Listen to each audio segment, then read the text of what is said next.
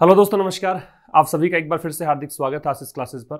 Discuss करेंगे 1 नवंबर का पहला एडिटोरियल और उससे पहले देखेंगे कि कौन कौन से नए वर्ड्स यहाँ पे हैं। सबसे पहला वर्ड है एलोकेट। इसका पार्ट ऑफ स्पीच नोट करिए, वर्ब है। इसका मतलब होता है डिस्ट्रीब्यूट करना, ठीक है, आवंटित करना या फिर बांटना, ये सब इसका मतलब होगा एलोकेट का। एलोकेट का मतलब क्या है? आवंटित करना, डिस्ट्रीब्यूट करना, ठीक है। अलॉट करना भी कह सकते हो। ये तो पहला वर्ड था। दूसरा वर्ड है यूटिलिटी। इसका पार्ट ऑफ स्पीच नाउन है और यहां इसका मतलब जो है वो यूजफुलनेस है या एडवांटेज है। उपयोगिता कह सकते हो, लाभ कह सकते हो, ये होता है यूटिलिटी, उपयोगिता या फिर लाभ। नेक्स्ट वर्ड है बेटर ऑफ। बेटर ऑफ का पार्ट ऑफ स्पीच एडजेक्टिव है। इसका मतलब होता है रिच या फिर आप इसे वेल्दी कह सकते हैं या फिर आप इसे कह सकते हैं एफ्लुएंट। धनवान है, समृद्ध है, उसे हम कह सकते हैं बेटर ऑफ। फिर नेक्स्ट वर्ड है आर्डस। आर्डस का पार्ट ऑफ स्पीच देखिए, OUS एंडिंग वर्ड है इसलिए एडजेक्टिव होगा। आर्डस का मतलब होगा टैक्सिंग, मतलब मुश्किल। टैक्सिंग कह सकते हैं या इसे आप डिफिकल्ट कह सकते हैं, मुश्किल। फिर है मीनियल। मीनियल का पार्ट ऑफ स्पीच भी एडजेक्टिव है। इसका मतलब है अनस्किल्ड या फिर लो ग्रेड। कोई ऐसा कार्य हो जो निम्न स्तर का हो, जिसमें किसी कुशलता की आवश्यकता ना हो, उसे कहा जाएगा मीनियल, ठीक है। अकुशल मतलब कोई ऐसा कार्य जहां पे दक्षता की आवश्यकता नहीं हो, आपको किसी चीज में ट्रेंड होने की जरूरत नहीं हो, लो क्लास वर्क हो, उसको बोलते हैं मीनियल। पॉसिटी है वो नाउन है। इसका मतलब होता है स्कार्सिटी या डर्थ, मीन्स कमी, ठीक है। और एक वर्ड है बेयर आउट। इसका पार्ट ऑफ स्पीच होगा फ्रेजल वर्ब है ये और इसका मतलब होता है to support the truth of something. To support the truth of something, किसी चीज के सच को सपोर्ट करना। To support the truth of something, किसी भी चीज के सच को सपोर्ट करने को बोलते हैं बेयर आउट। तो ये कुछ वर्ड्स थे आज के इस एडिटोरियल के। अब स्टार्ट करते हैं आज का सेशन। टाइटल आपको दिया है under estimated utility. Under estimated जो शब्द है, इसका मतलब, ये पहली बात तो पार्ट ऑफ स्पीच की अगर चर्चा करें तो यूटिलिटी नाउन है। नाउन से पहले इसका मॉडिफायर आएगा तो ये एडजेक्टिव है। अंडर एस्टिमेटेड का मतलब जो आपने कम समझा है, कम आंका है, जिसका आकलन आपके द्वारा जितना होना चाहिए था उतना नहीं हुआ है, तो कम। और यूटिलिटी का मतलब उपयोगिता है, तो कम उपयोगिता, ठीक है। ये MG नरेगा स्कीम के बारे में आर्टिकल है, इसमें हमने इस स्कीम को कम समझा है, वरना ये लोगों के डिस्ट्रेस को कम करने के लिए एक बहुत अच्छा साधन है। ये सारी बातें हम लेखक के द्वारा कही गई हैं, वो सब डिस्कस करेंगे। और आपको एंड तक सेशन देखना है, कंप्लीट सेशन देखिए और जरूर से एक लाइक और एक शेयर करके जाएं। और जो भी इंपॉर्टेंट चीज़ें हों वो सब नोट्स आप बनाएं और अगले सेशन से पहले उसको रिवाइज करें। आइए स्टार्ट करते हैं आज का session. Under estimated utility. That as many as, देखिए अगर एज मैनी एज नहीं भी लगाएं तो भी सही है, क्योंकि ये 21 तो दे ही रखा आपको नंबर एग्जैक्ट, लेकिन ये क्यों लगाते हैं हम एज मैनी एज या एज मच एज? ये स्ट्रेस डालने के लिए लगाते हैं कि बहुत बड़ी संख्या है, बहुत बड़ी मात्रा है, उसको बताने के लिए। चूंकि मैनी है वो काउंटेबल नाउन के लिए आता है, इसलिए यहाँ पे 21 चूंकि काउंटेबल है, गिनती हो सकती है, इस कारण से मैनी है, वरना यहाँ मच आ जाता। तो देखो 35 स्टेट्स या यूनियन टेरिटरीज हैं, 35 राज्य और केंद्र शासित प्रदेशों में से 21 हैव यूटिलाइज्ड। अब ये जो है ये इसके लिए आ रहा है, ठीक है, 21 के लिए आ रहा है, तो इन 21 ने यूटिलाइज किया है। यूटिलाइज का मतलब है यूज किया है। यूटिलाइज का मतलब क्या होता है? यूज करना। इसने यूज किया है। बाई अक्टूबर 29, कब तक की बात की है? अक्टूबर 29 की 29 अक्टूबर तक, ठीक है। क्या यूज किया है? Over 100% of their allocated funds. जितना फंड इनको दिया गया था, एलोकेटेड मतलब डिस्ट्रीब्यूटेड हो गया, यहां पे फंड्स नाउन है, ये आपका एडजेक्टिव है। जितना भी फंड उनको मिला था उसका 100% से ज्यादा इन्होंने यूज कर लिया है under the Mahatma Gandhi rural employment guarantee scheme. इस स्कीम के तहत, इस MG नरेगा स्कीम के तहत कौन से साल के लिए? ये फाइनेंशियल 21-22 की बात है, 21-22 की बात है। और ये जो बात है, ये दैट देखो यहां पे कनेक्ट हो रहा है इज से, ये कोई सरप्राइज नहीं है, ये कोई अचंभित करने वाली बात नहीं है। रिपीट कर रहा हूं, फिर समझिएगा। कह रहा है कि भाई 35 स्टेट्स या यूनियन टेरिटरीज हैं, उनमें से 21 ने अक्टूबर 29 तक 100% से ज्यादा अपना एलोकेटेड फंड्स यूज किया इस स्कीम के तहत इस वित्त वर्ष के लिए, तो ये जो पूरी कहानी है इसके लिए दैट आ रहा है, ये कोई सरप्राइज की बात नहीं है। अब यहां देखेंगे तो 21 जो है स्टेट्स इसके लिए हैव यूटिलाइज का प्रयोग है, have helping verb utilised main verb है। फिर इसके बाद देखेंगे आप तो दैट यहां पे सब्जेक्ट है, इसकी वर्ब इज है, दैट पूरे इस क्लोज के लिए यहां से लेकर यहां तक की कहानी के लिए आ रहा है, ठीक है। बाकी एलोकेटेड डिस्ट्रीब्यूटेड होता है, अलॉटेड होता है, मीन्स एडजेक्टिव फॉर्म में है। बाकी इसमें देखने लायक कोई बात, एज मेनी एज, पहली बात तो ये ध्यान रखें कि एज या सो एज के बीच में जो भी आप डिग्री लगाएंगे वो हमेशा ही आपको पॉजिटिव डिग्री लगानी है, ठीक है। ऐसी स्थिति में डिग्री कौन सी आएगी, हमेशा डिग्री पॉजिटिव आएगी, ये आपको ध्यान रखना है। पॉजिटिव डिग्री का प्रयोग होगा, ठीक है, हमेशा ही। तो ये पॉजिटिव डिग्री है। मैनी की डिग्री कंपैरेटिव होती है, वो मोर होती है, और सुपरलेटिव इसकी डिग्री बनती है, वो क्या बनती है, मोस्ट, ठीक है भाई। आगे देखें, अब कह रहा है कि इन द प्रीवियस ईयर, पिछले वर्ष में, the allocations for MG NREGA were increased. तो पिछले वर्ष के अंदर जो ये आवंटन था, एलोकेशंस था, किसके लिए, एमजी नरेगा के लिए, ये एलोकेशंस क्या थे, ये इंक्रीज हो गए थे, बढ़ा दिए गए थे, ठीक है। पैसिव वॉइस है, बी के साथ में थर्ड फॉर्म, बी का मतलब आपको पता होना चाहिए, इज एम आर होता है, वॉजवर होता है, बी, बीन और बीइंग, ये 8 चीजें हैं, इनमें से किसी के साथ भी अगर आपको थर्ड फॉर्म मिलती है तो फिर वो मान लीजिए पैसिव वॉइस का स्ट्रक्चर है, ठीक है। तो इस वाक्य में इन द प्रीवियस ईयर, ये सब पूरा प्रिपरेशनल फ्रेज है, ये एडवर्ब है, समय की बात कर रहा है। पिछले वर्ष में जो एलोकेशंस है, आवंटन है एमजी नरेगा के लिए, वो आवंटन इंक्रीज किए गए थे, कितना तक, 50,000 करोड़ तक। ये बाई जो है जब किसी अमाउंट से पहले, किसी टाइम से पहले आता है तो इसका मतलब तक होता है।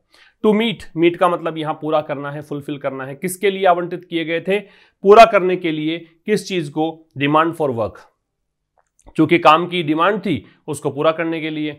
With the revised estimates for spending for the scheme going up to 1,11,500 crore, और जब बढ़ा दिया गया तो फिर रिवाइज्ड एस्टीमेट कितना हो गया, रिवाइज्ड संशोधित, एस्टीमेट पूर्वानुमान, स्पेंडिंग खर्चा फॉर द स्कीम, इस एमजी नरेगा स्कीम के लिए, गोइंग अप टू, ये ऊपर बढ़कर कितना हो गया, 1,11,500 करोड़ तक पहुंच गया। ये लगभग आकलन जो था खर्चे का वो इतना हो गया, इतना बढ़ाने के बाद में, ठीक है।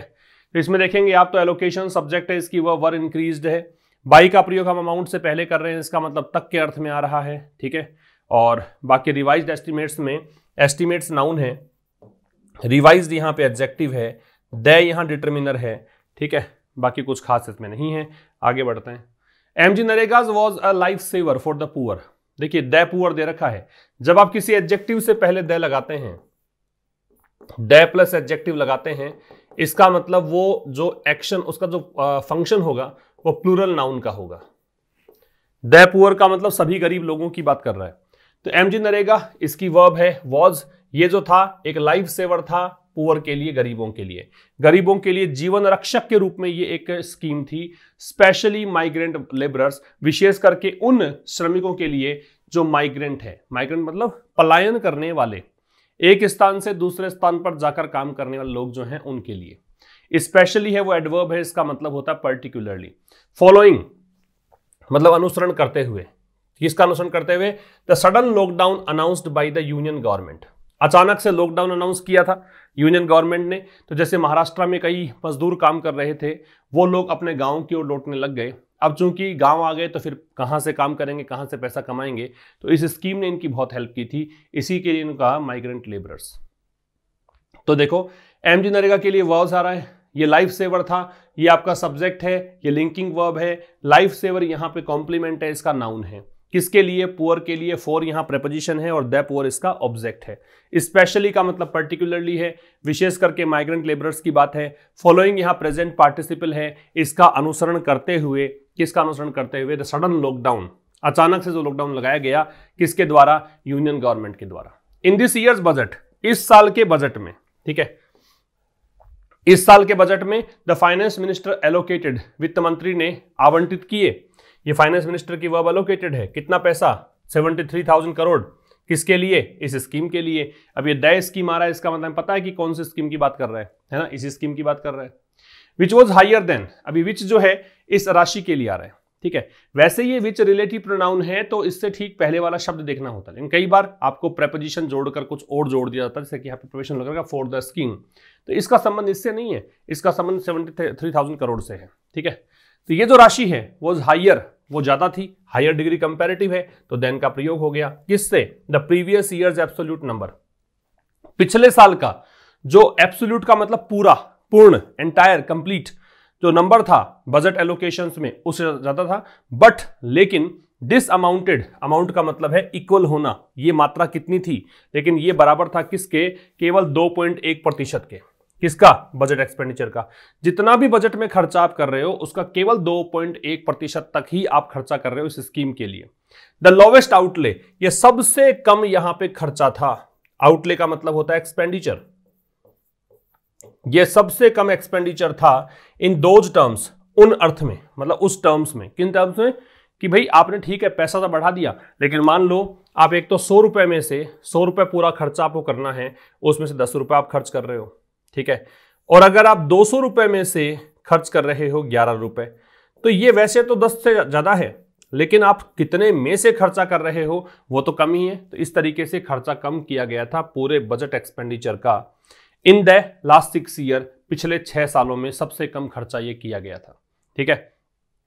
तो कह रहा है इस साल के बजट में वित्त मंत्री ने, वित्त मंत्री इसकी वर्ब एलोकेटेड है, एलोकेट किया तो ये सब्जेक्ट हुआ, एलोकेट यहां पे वर्ब है, 73,000 करोड़ इसका ऑब्जेक्ट है।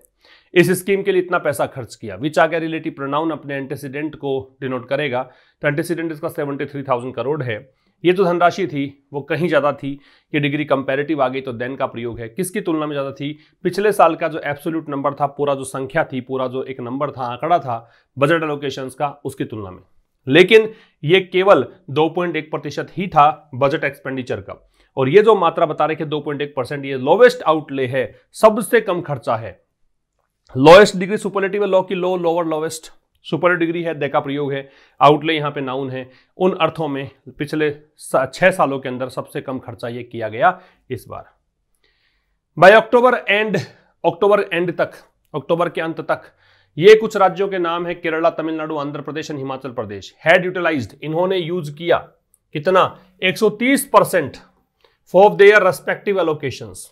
रेस्पेक्टिव का मतलब क्रमशः, जितना भी इनको क्रमशः दिया गया उनका 130% से ज्यादा इन्होंने खर्चा किया, यूज किया इस स्कीम के लिए, जो भी इनको एलोकेट किया गया था उसकी बात है। इंडिकेटिंग, ये संकेत देते हुए कि the extent to which, extent का मतलब लेवल होता है, स्तर होता है, एक लेवल तक, तो एक्सटेंट टू विच, तो ये संकेत करते हुए, इंडिकेटिंग यहां प्रेजेंट पार्टिसिपल है, क्या संकेत करते हुए, एक्सटेंट का, उस लेवल का जिस लेवल तक rural workers depend on the scheme, जिस लेवल तक जो ग्रामीण कर्मचारी हैं, गांव के जो काम करने वाले लोग हैं वो निर्भर करते हैं इस स्कीम पर, इवन इन, यहां तक कि रिलेटिवली मतलब कंपैरेटिवली, रिलेटिवली मतलब होता है तुलनात्मक रूप से, better of states, better of का मतलब बताया था मैंने आपको, रिच हो सकता है, एफ्लुएंट हो सकता है, वेल्दी हो सकता है, तुलनात्मक रूप से धनवान राज्य है वहां पर भी, इवन है, वो स्ट्रेस डालने के लिए आता, मतलब इसमें भी का अर्थ दे रहा है।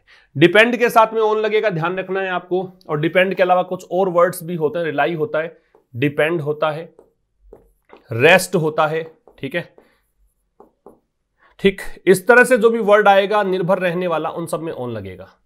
ऐसे हिंज भी हो सकता है, बैंक भी हो सकता है, तो ऑन अपॉन लगाते हैं इन सब में, क्योंकि इनका सभी का मतलब निर्भर रहना है, तो निर्भर के अर्थ में ऑन लगेगा। रिपीट कर रहा हूं, यहां तक बेटर ऑफ स्टेट्स तक, अक्टूबर एंड तक, फिर देखिए बाई आ गया, टाइम से पहले आ रहा है, तो टाइम से पहले, अमाउंट से पहले, कोई लेवल से पहले, वहां इसका मतलब तक होता है, द्वारा नहीं होता है। तो अक्टूबर एंड तक इन राज्यों ने यूटिलाइज कर लिया था 130% से अधिक, और ये 130% क्या था, जो भी इनको क्रमशः मिला था, आवंटन हुआ था, जो पैसा दिया गया था बजट में से उस इस स्कीम के लिए, एमजी नरेगा स्कीम के लिए, तो उस स्कीम में जो पैसा इनको मिला उसमें 130% से अधिक इन्होंने खर्चा कर लिया था अक्टूबर एंड तक। यह संकेत देते हुए, दो काम जब साथ में हो रहे हो, साइमल्टेनियस एक्शंस हो, और एक काम कंटिन्यूअस एक्शन में चला जा रहा हो, तो उसके लिए आईएनजी लगाते हैं आप। क्या संकेत करते हुए, उस एक्सटेंट का, एक्सटेंट क्या है, जिस हद तक, जिस स्तर तक रूरल वर्कर्स जो है डिपेंड करते हैं स्कीम पर, यहां तक कि तुलनात्मक रूप से धनवान राज्यों में भी। क्लियरली, बहुत ही स्पष्ट सी बात है। अच्छा, एक बात और ध्यान रखना, रिलेटिवली और कंपैरेटिवली जहां भी आता है वहां डिग्री पॉजिटिव आती है हमेशा, ठीक है। रिलेटिवली और कंपैरेटिवली जहां भी आता है वहां डिग्री पॉजिटिव ही आती है हमेशा। तो आपको ये बेटर ऑफ स्टेट्स दे रखा है, इसके स्थान पे वेल ऑफ स्टेट्स होना चाहिए था। डिग्री कंपैरेटिव दे रखी है बेटर। अगर एग्जाम में क्वेश्चन आ जाए आपको तो डिग्री पॉजिटिव ही लगाइएगा, गलत माना जाएगा वरना। क्लियरली, बहुत ही स्पष्ट सी बात है कि union government has under estimated, कि केंद्र सरकार जो है उसने कम आकलन किया है किसका, demand for work under the scheme. किस स्कीम के तहत जो काम की डिमांड है उसको इन्होंने अंडर एस्टिमेट किया है। अंडर एस्टिमेट का ऑपोजिट होता है ओवर एस्टिमेट। आवश्यकता से अधिक अगर आकलन किया तो ओवर एस्टिमेट है, आवश्यकता से कम अगर आकलन किया तो अंडर एस्टिमेट है। विच इवन इफ, विच इस स्कीम के लिए है, इवन इफ मतलब चाहे, इट इन्वॉल्व चाहे ये जो स्कीम है ये शामिल करता हो आर्डस, आर्डस का मतलब होता है बहुत ही कठिन, एंड मीनियल लेबर, मीनियल का मतलब होता है बहुत ही निम्न स्तरीय, लेबर का मतलब होता है मजदूरी, श्रम। Has accounted for, account for का मतलब है इतना भाग ये कवर करता है, ठीक है। For a large chunk, chunk का मतलब है पार्ट, टुकड़ा, सेक्शन ऑफ रूरल एम्प्लॉयमेंट, ग्रामीण रोजगार, एट ए टाइम, एक ऐसे समय में, व्हेन द इकोनॉमी सफर्ड, जब इकोनॉमी ने सफर किया, इकोनॉमी प्रताड़ित रही, किससे, स्टीप कॉन्ट्रैक्शन, स्टीप का मतलब होता है शार्प, लिख लीजिएगा, स्टीप का मतलब है शार्प, बहुत ही ज्यादा, कॉन्ट्रैक्शन का मतलब है संकुचन या फिर कमी, लिख लीजिएगा ये सारी चीजें, फिर मैं बताता हूं आपको। देखो अभी नीचे वाला नजर नहीं आ रहा आपको। Due to the effects of the pandemic, किसके कारण, पेंडेमिक के इफेक्ट्स के कारण, समझना फिर से, यहां से समझना है क्लियरली, ये एडवर्ब है, यूनियन गवर्नमेंट की वर्ब है अंडर एस्टिमेटेड है। बहुत ही स्पष्ट सी बात है कि केंद्र सरकार ने अंडर एस्टिमेट किया है इस स्कीम के तहत काम की डिमांड को, कि स्कीम के तहत काम की डिमांड कम है। विच, जो कि, चाहे इसमें बहुत ही मुश्किल कार्य क्यों ना हो और अनस्किल्ड लेबर ही क्यों ना हो, इसमें इतनी कुशलता की जरूरत नहीं पड़ती है, ठीक है, और बहुत ही कठिन श्रम होता है, शारीरिक श्रम होता है, इसके बावजूद भी, विच अकाउंटेड फॉर, अब यहां से यहां तक की अगर बात आप काट देते हो तो ये विच से सीधा इससे जोड़ दीजिए, विच हैज अकाउंटेड फॉर, ठीक है। तो ये स्कीम जो है ना, ये अकाउंट फॉर रही है, इसने शामिल किया है, इसने इतना पार्ट कवर किया है, किसको कवर किया है, बहुत बड़ा हिस्सा, ग्रामीण रोजगार का बहुत बड़ा हिस्सा ये स्कीम कवर करती है, ठीक है। वो भी ऐसे समय पर जब इकोनॉमी ने सफर किया, इकोनॉमी के वर्ब सफर्ड है, किसको सफर किया, अ स्टीप कॉन्ट्रैक्शन। देखो सफर के साथ में वैसे फ्रॉम लगता है, लेकिन एक्चुअल में आप देखिए सफर यहां पे एक्सपीरियंस करने के अर्थ में काम आ रहा है। तो जब सफर का अर्थ एक्सपीरियंस करना हो तो वहां पे आपको फ्रॉम लगाने की जरूरत नहीं है। किसी सोर्स से प्रताड़ित होने वाली बात हो तो फ्रॉम लगाएंगे आप, ठीक है। तो वो उस समय की बात कर रहा है, अब समय के लिए वैन लगाते हैं, पता ही आपको, जिस समय इकोनॉमी ने सफर किया स्टीप कॉन्ट्रैक्शन, मतलब बहुत तेज संकुचन, बहुत ज्यादा संकुचन झेलने को मिला, किस कारण से, पेंडेमिक के इफेक्ट्स के कारण, पेंडेमिक के प्रभावों के कारण। क्लियर है ये बात सारी, आगे आ जाइए। In response to a report, एक रिपोर्ट थी और उसके प्रत्युत्तर में, उसके रेस्पॉन्स में, इन प्रेपोजिशन है, ये इसका ऑब्जेक्ट है तो ये नाउन है, टू प्रेपोजिशन है तो ये इसका ऑब्जेक्ट है, ये नाउन है, ए डिटर्मिनर है। तो एक रिपोर्ट के रेस्पॉन्स में officials in the rural development ministry, जो ग्रामीण विकास मंत्रालय है उसके जो अधिकारी हैं, उन अधिकारियों ने क्या किया, स्टेट्स पर आरोप लगाया। आरोप जिसका भी लगाओगे तो ऑफ लगेगा, अक्यूज के साथ में ऑफ लगता है, याद रखिए, अक्यूज शब्द है उसके साथ में लगता है ऑफ। अगर चार्ज शब्द होता तो उसके साथ में लगता विद, अक्यूज के साथ में ऑफ लगता है, चार्ज के साथ में विद लगता है, ध्यान रखिएगा। तो in response to a report, एक रिपोर्ट के रेस्पॉन्स में जो अधिकारी है रूरल डेवलपमेंट मिनिस्ट्री में, उन अधिकारियों ने अक्यूज किया स्टेट्स को, उन्होंने राज्यों पर आरोप लगाए। किसका आरोप लगाया, आर्टिफिशियली क्रिएटिंग डिमांड की, राज्य जो हैं वो जानबूझकर, मतलब बनावटी तरीके से डिमांड क्रिएट कर रहे हैं, डिमांड है नहीं बस क्रिएट कर रहे हैं पैसा लेने के लिए। But this has not been borne out, लेकिन ये जो चीज है, ये जो इन्होंने कहा, इस चीज को बोर्न आउट नहीं किया गया। बेयर आउट की थर्ड फॉर्म है, क्योंकि बीन आ गया, बीन के साथ थर्ड फॉर्म आएगी। बेयर आउट का मतलब बताया था to support the truth of something, किसी भी चीज के सच की पुष्टि करना, लेकिन इस सच की पुष्टि नहीं हुई। किससे, फ्रॉम ग्राउंड रिपोर्ट्स, जो जमीनी हकीकत थी, ग्राउंड रिपोर्ट थी, वास्तविक हालात थे, उन्होंने इस बात की पुष्टि नहीं की। विच, अब ये विच जो है रिपोर्ट्स के लिए है, ये रिपोर्ट्स क्या करती हैं, लगातार इंडिकेट कर रही हैं राइजिंग डिमांड, कि डिमांड लगातार बढ़ रही है। डिमांड यहाँ नाउन है, राइजिंग यहाँ प्रेजेंट पार्टिसिपल है। बढ़ती हुई डिमांड किसके लिए? काम की और मजदूरी की। कहां पर? ग्रामीण भारत में, रूरल इंडिया में। रूरल एडजेक्टिव है, इंडिया नाउन है, ठीक है।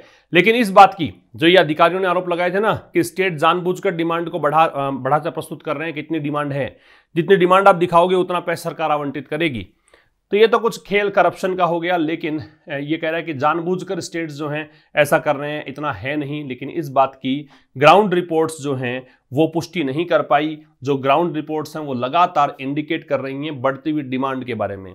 यहां संकेत मिलता है कि डिमांड लगातार बढ़ रही है, काम की और मजदूरी की। वेजेस का मतलब मजदूरी, ठीक है। ग्रामीण भारत में सिविल सोसाइटी एक्टिविस्ट, ये हो गया जो भी आपका सिविल सोसाइटी है ना, जो भी हमारा समाज है, उसके जो एक्टिविस्ट मतलब किसी खास कोज के लड़ने वाले लोग। जैसे कई बार आप देखते हैं एनवायरमेंट एक्टिविस्ट होते हैं, जो पर्यावरण के प्रति जागरूक लोग हैं, वैसे ही सिविल सोसाइटी एक्टिविस्ट हैं। ये क्लेम करते हैं, दावा करते हैं, तो इसकी वर्ब क्लेम है, दैट कंजंक्शन है कि some workers have been turned away, कि कुछ जो कर्मचारी हैं have been turned away, passive voice हो गया, बीन के साथ में थर्ड फॉर्म, इनको टर्न अवे कर दिया। टर्न मतलब दूर भेज देना, दूर कर देना। तो कुछ जो एक्टिविस्ट हैं उनका दावा यह है कि कुछ वर्कर्स को टर्न अवे कर दिया गया अधिकारियों के द्वारा, कुछ वर्कर्स को दूर भगा दिया गया अधिकारियों के द्वारा। डेस्पाइट एक प्रेपोजिशन होता है, डेस्पाइट के साथ कभी भी ऑफ नहीं लगाना है, याद रखिएगा। डेस्पाइट के बराबर आप रखेंगे इन स्पाइट ऑफ को, डेस्पाइट के बराबर आप रखेंगे इन स्पाइट ऑफ को, यह बात ध्यान रखनी है आपको। डेस्पाइट में ऑफ कभी नहीं लगेगा, डेस्पाइट में इन स्पाइट ऑफ लगाएंगे आप, ठीक है। तो कुछ वर्कर्स जो हैं उनको टर्न अवे कर दिया गया है ऑफिशियल्स के द्वारा, किसके बावजूद?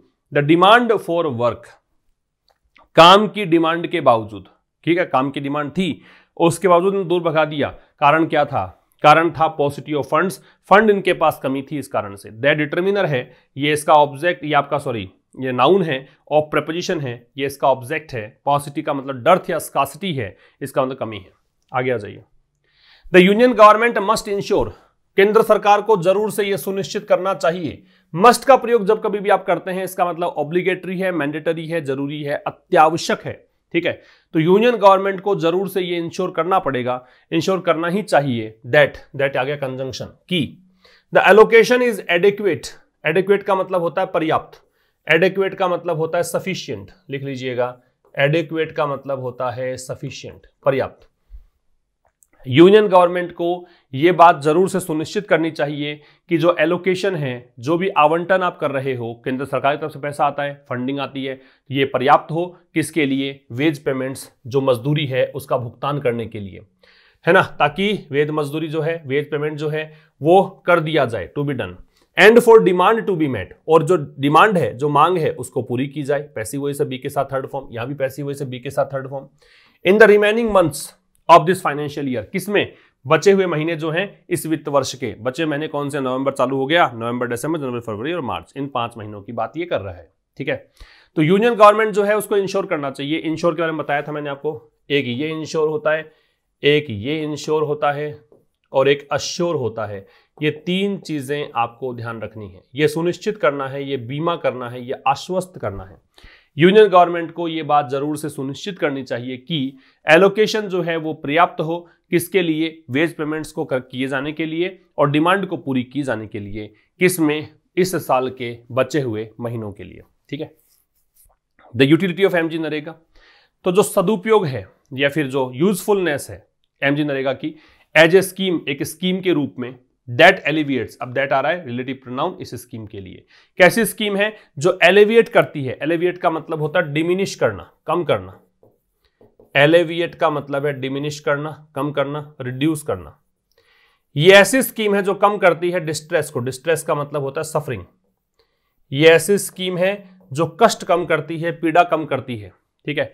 Has never been in question, अब ये जो सदुपयोगिता है इसकी, इसके लिए हैज, नेवर है एडवर्ब ऑफ फ्रीक्वेंसी है, बीन, इन क्वेश्चन, ये हैज हेल्पिंग वर्ब, ये मैन वर्ब है। इन क्वेश्चन मतलब इस पे कोई शक नहीं रहा है, कोई प्रश्न नहीं रहा है।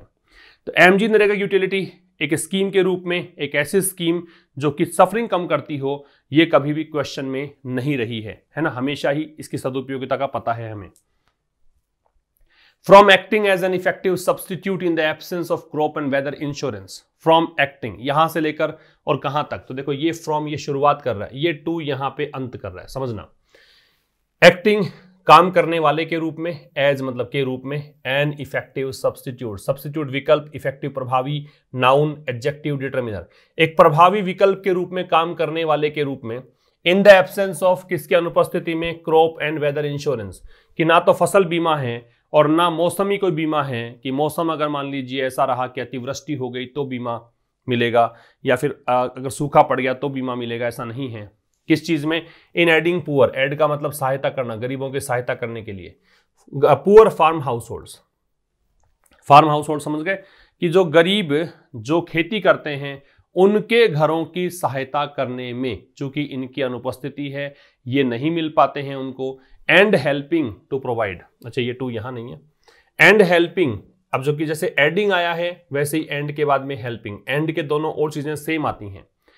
टू प्रोवाइड वेजेस, और ये एक काम और करता है, वेजेस मजदूरी देता है, ड्यूरिंग अग्रेरियन क्राइसिस, अग्रेरियन कृषि से संबंधित, रिलेटेड टू एग्रीकल्चर, ना ये एडजेक्टिव है, related to agriculture, related to agriculture.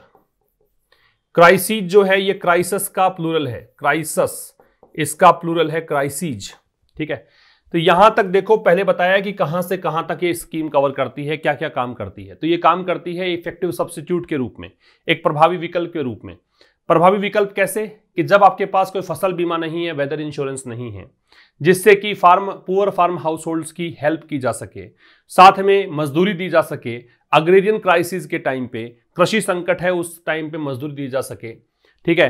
तो ये उस स्थिति में एक विकल्प के रूप में काम करता है ये स्कीम। साथ में देखो यहां से लेकर यहां तक, बीइंग एन एवेन्यू, एवेन्यू का मतलब क्षेत्र होता है, एवेन्यू का मतलब वे ऑफ डूइंग समथिंग है, इसका मतलब यहां पे है वे ऑफ डूइंग समथिंग, किसी भी चीज को करने का तरीका, ठीक है। अब यहां से यहां तक, being an Avenue for employment, ये और क्या काम करता है, ये रोजगार प्रदान करने का एक तरीका है, ठीक है। किस स्थिति में, जब आर्थिक संकट हो, और आर्थिक संकट किसके द्वारा प्रेरित हो, इंड्यूस्ड मतलब कोज्ड, या इसके द्वारा हुआ है, इंड्यूस्ड का मतलब यहां पे कोज्ड। आर्थिक संकट जो पैदा हुआ किस कारण से, वैश्विक महामारी के चलते, कोरोना के चलते। एंड द रेस्पॉन्स, रेस्पॉन्स का मतलब हो गया उस वैश्विक महामारी को कंट्रोल करने के लिए सरकार ने क्या लगाया, लॉकडाउन। तो रेस्पॉन्स का मतलब यहां पे लॉकडाउन से समझो, और लॉकडाउन के कारण जो संकट पैदा हुआ उसके कारण, ठीक है। फिर समझ लीजिएगा, ये काम करती है ये स्कीम, और इसने यहां से लेकर यहां तक काम किए। तो ऐसा करके एमजी नरेगा जो है has turned out to be, turn out मतलब सामने निकल कर आना, ठीक है। तो इस प्रकार से एमजी नरेगा जो है वो निकल कर आई है। टू बी ए साल्व, सेल्व का मतलब होता है बाम, ऑइंटमेंट, जो दर्द है उस दर्द में कंफर्ट देने का काम करे उसको बोलते हैं साल्व। अब सेल्व का मतलब हो गया बाम, राहत देने वाला। तो इस स्थिति में एमजी नरेगा जो है ये एक राहत देने वाली चीज के रूप में निकल कर आई है। राहत किसको मिलेगी, फार्म वर्कर्स एंड लेबरर्स, जो कृषि का काम करने जो मजदूर हैं उनको, और कर्मचारियों को, वर्कर्स को और लेबरर्स को, ठीक है। एमजी नरेगा की वर्ब है वो हैज टर्न्ड आउट है। डिलेज इन वेज पेमेंट्स, जो देरी होती है किसमें, मजदूरी के भुगतान में। कुड ऑल्सो रिजल्ट, कुड यहां पे प्रेजेंट की पॉसिबिलिटी है, रिजल्ट इन का मतलब होता है परिणाम निकलना, रिजल्ट इन का सब्स्टिट्यूट हो सकता है लीड टू, इसकी जगह आप लीड टू भी कर सकते हो, ठीक है। तो डिलेज ये नाउन है, ये आपका सब्जेक्ट बन रहा है। तो वेज पेमेंट्स में डिलेज, मजदूरी के भुगतान में जो देरी है वो उसका परिणाम निकल सकता है ए डिक्लाइन। क्या परिणाम निकल सकता है, इससे गिरावट आ सकती है, किसमें, रूरल कंजम्पशन, ग्रामीण उपभोग में। अगर आप पैसा नहीं दोगे तो खरीदारी कहां से होगी, खरीदारी नहीं होगी तो कंजम्पशन कम होगा, ठीक है। तो अगर वेज पेमेंट में देरी हो रही है तो उसका एक रिजल्ट ये आ सकता है कि रूरल कंजम्पशन में डिक्लाइन आ जाए, ठीक है, गिरावट आ जाए। Which plays a vital role, अब ये विच आ रहा है वो इस रूरल कंजम्पशन के लिए। ग्रामीण उपभोग जो है ना वो एक महत्वपूर्ण भूमिका निभाता है। वाइटल का मतलब इंपॉर्टेंट, सिग्निफिकेंट, कंसिडरेबल, सबसे महत्वपूर्ण को बोलते हैं। ये एक महत्वपूर्ण भूमिका निभाता है किसमें, इन स्टिमुलेटिंग द इकोनॉमी। स्टिमुलेट का मतलब है उत्तेजित करना होता है, वैसे ट्रिगर करना होता है, अर्थव्यवस्था को चलाने में, अर्थव्यवस्था को आगे बढ़ाने में, पुश करने में, ठीक है। बिसाइड्स द स्कीम, बिसाइड्स एक प्रपोजिशन होता है, इसका मतलब होता है के अतिरिक्त या के अलावा। इसके अतिरिक्त एक प्रिपरेशन बिसाइड भी होता है। इन दोनों का अंतर समझ लीजिएगा। बिसाइड और बिसाइड्स, बिसाइड है इसका मतलब के नजदीक है, और बिसाइड्स है इसका मतलब के अलावा या के अतिरिक्त है। ध्यान रखिएगा इन दोनों का। तो कह रहा है besides the schemes utility in distress. तो देखो, दुख के टाइम, डिस्ट्रेस के टाइम इस स्कीम की यूटिलिटी रहती है, इसके अलावा। ठीक है, दुख के समय इस स्कीम की यूटिलिटी है, इसके अलावा it also has the potential. इस स्कीम में पोटेंशियल भी है। पोटेंशियल का मतलब सामर्थ्य है, क्षमता है। ठीक है, if works are upgraded suitably. Works का मतलब कार्य है वैसे तो, लेकिन वर्क्स का मतलब ऐसा कार्य जो या तो चैरिटी का कार्य होता है, ठीक है, या फिर वर्क्स का मतलब होता है कोई भी ऐसा कार्य जिससे आपको पैसा मिलेगा। ठीक है, तो कह रहा है कि वर्क्स आर अपग्रेडेड सुटेबली। तो अगर उपयुक्त रूप से वर्क्स को अपग्रेड किया जाता है to continue to improve rural development. किस लिए? ताकि रूरल डेवलपमेंट में सुधार हो सके और इंफ्रास्ट्रक्चर में सुधार हो सके, इसके लिए। ठीक है, तो स्कीम की यूटिलिटी तो है ही डिस्ट्रेस में, संकट को बोलते हैं डिस्ट्रेस। तो दुख के टाइम पे तो इसका सदुपयोगिता है ही, उपयोगिता है ही। इसका एक पोटेंशियल भी है। पोटेंशियल क्या है? पोटेंशियल है कि ये कंटिन्यू कर सकता है किस चीज में? रूरल डेवलपमेंट को इंप्रूव कर सकता है लगातार, इंफ्रास्ट्रक्चर को इंप्रूव कर सकता है लगातार। The union government must consider, must फिर से आ गया तो ऑब्लिगेशन है, मॉडल है ये। तो यूनियन गवर्नमेंट को जरूर से सोचना चाहिए, कंसीडर करना चाहिए दिस, इस बारे में, ड्यूरिंग एलोकेशंस, जब आवंटन करे फंड का उस समय। एंड नॉट बी कंजर्वेटिव, मतलब एक कह सकते हो कि बहुत आप परंपरावादी ना बने। आज तक आपने जो किया है उतना ही पैसा दे रहे हो, ऐसा ना करें। इन इट्स आउटले, आउटले मतलब खर्चा, तो आउटले में कंजर्वेटिव ना हो, संरक्षणवादी ना हो। ठीक है, और रिमेन अनमाइंडफुल, या फिर अनमाइंडफुल ध्यान नहीं देना, या फिर ऐसा नहीं हो कि आप ध्यान नहीं दे रहे हो, of the overall potential of the scheme, कि कुल मिलाकर इस स्कीम की क्या संभावना है। पोटेंशियल का संभावना भी होता है, क्षमता भी होता है। इस स्कीम में क्या सामर्थ्य है, क्या क्षमता है, कितनी संभावना लेकर ये स्कीम है, इसके बारे में आपको अनमाइंडफुल भी नहीं होना चाहिए। याद रखिए, अन हटा दूंगा तो माइंडफुल ऑफ का मतलब हो जाएगा अवेयर ऑफ, कॉन्शियस ऑफ। अन लगा दिया इसका मतलब कोई ध्यान नहीं देना। ठीक है, ये उसका उल्टा हो गया। तो ये था इस एडिटोरियल में। अब थोड़ी सी बातें कुछ पेड कोर्सेज के बारे में। आपको अगर एडिटोरियल वाला नया बैच ज्वाइन करना है 101, तो उसके लिए आप आज ही जुड़ जाए। वेडनेसडे से बैच स्टार्ट हो जाएगा B101। क्या खास बात है? एक एडिटोरियल एक्स्ट्रा मिलेगा। एक तो यही मिलेगा, लेकिन सुबह जल्दी मिलेगा ये वाला। एक एडिटोरियल एक्स्ट्रा मिलेगा और उसका पीडीएफ भी मिलेगा, इसका भी पीडीएफ मिलेगा, जो यूट्यूब पर नहीं मिलता है। दूसरी बात, ग्रामर का कोर्स है 0 to एडवांस लेवल का, वो आप बाई कर सकते हैं। तीसरी बात, ट्रांसलेशन वाला बैच है हिंदी टू इंग्लिश ट्रांसलेशन का, ये आप बाई कर सकते हैं। कॉमन एरर का बैच है प्रैक्टिस बैच, जिसमें सारे नए क्वेश्चंस मिलेंगे, प्रीवियस ईयर का एक भी क्वेश्चन नहीं है, ये बैच आप ज्वाइन कर सकते हैं। ई बुक्स हैं, ये आप ज्वाइन कर सकते हैं, ये बाई कर सकते हैं। टेलीग्राम चैनल है हमारा आशीष क्लासेस के नाम से, वहां पर भी जुड़े। वहां पर आपको कल का लाइफ एक्सप्रेस 31 अक्टूबर का लाइफ एक्सप्रेस जो न्यूज़पेपर है वो प्रोवाइड करवा दिया गया है। उसको देखिए, बहुत अच्छा स्टफ है। अगर पूरा अखबार आप पढ़ते हैं वो वाला, तो आपको बहुत कुछ सीखने को मिलेगा, यकीन मानिए। इसकी ई कॉपी जो है आप डाउनलोड भी कर पाएंगे। तो ये सब फीचर्स हैं। और एक बात और, इस एप्लीकेशन पर मैंने एक टेस्ट प्रोवाइड करवाया था। आप लोगों ने जिन्होंने टेस्ट अटेम्प्ट किया था, उन्होंने मेरे को मैसेज भी किए थे व्हाट्सएप पे कि हाँ भाई, ये हमारा स्कोर रहा है। आप इस तरह से और भी टेस्ट एक्सपेक्ट कर सकते हैं आगे, और फ्री टेस्ट आपको वहां पर मिलेंगे, जिससे आप प्रैक्टिस भरपूर कर पाएंगे। लेकिन याद रखिए, जो क्वेश्चंस मैं वहां प्रोवाइड करवाता हूं वो सारे क्वेश्चंस मैं खुद बना रहा हूं, न्यूज़पेपर से कंपाइल करके। हम लोग कहीं से कट कॉपी पेस्ट नहीं करते हैं क्वेश्चंस को। ठीक है, तो ये खास बातें हैं। कुछ अच्छे क्वेश्चंस प्राप्त करने के लिए ये एप्लीकेशन जरूर डाउनलोड करें। वहां पे एक टेस्ट का फीचर है, वहां पर जाकर टेस्ट पेपर जरूर दें, तो नहीं दिया है। नेक्स्ट टेस्ट भी जल्द ही आपको प्रोवाइड करवा दिया जाएगा। So thank you for watching till the end. मिलते हैं कल एक नए सेशन के साथ, तब तक नमस्कार, थैंक्स अ लॉट।